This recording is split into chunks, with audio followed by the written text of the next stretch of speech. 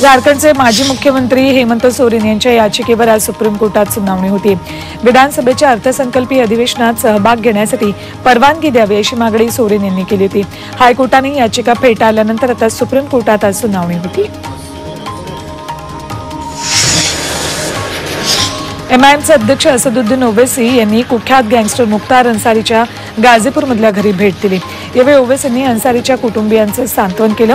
तसंच सोशल मीडियावर ट्विट करत या कठीण परिस्थितीत आम्ही अन्सारी कुटुंबियांसोबत असल्याचं सांगितलं।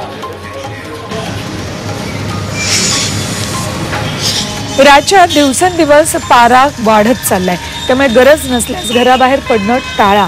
सोलापूर जिल्ह्यात यंदाच्या मोसमातील सर्वाधिक तापमानाची नोंद झाली। सोलापुरात 41 अंश सेल्सिअस इतक्या तापमानाची नोंद झाली। नागरिकांनी काळजी घेण्याचं आवाहन प्रशासनानं केलं। तिकडे आग्र्यातला ताजमहलला भेट देणारे पर्यटक अमृत नोनी आर्थो प्लस ये एक प्रूवन फॉर्मूला है। इसमें मौजूद नोनी फल के गुण और आयुर्वेदिक जड़ी बूटियां शरीर को जरूरी पोषक तत्व देने के साथ साथ हड्डियों और जोड़ों के घिसने, उनमें होने वाले सूजन और दर्द को रोकने में मदद करता है। दर्द मुक्त जीवन के लिए अमृत नोनी ऑर्थो प्लस। काही उन्हामुळे हैराण झालेत।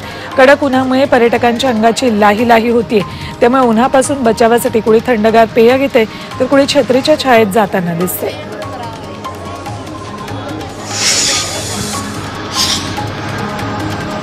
उकाड्यामुळे नागरिकांसह प्राणी देखील हैराण झालेत। कर्नाटकच्या मंगळुरूमध्ये प्राण्यांना वाढत्या उष्णतेपासून संरक्षण देण्यासाठी खास उपाययोजना करण्यात आल्यात। पिलिकुला पार्कमध्ये वॉटर स्प्रिंकलर लावण्यात आलेत, यामुळे प्राण्यांना उकाड्यापासून दिलासा मिळतोय।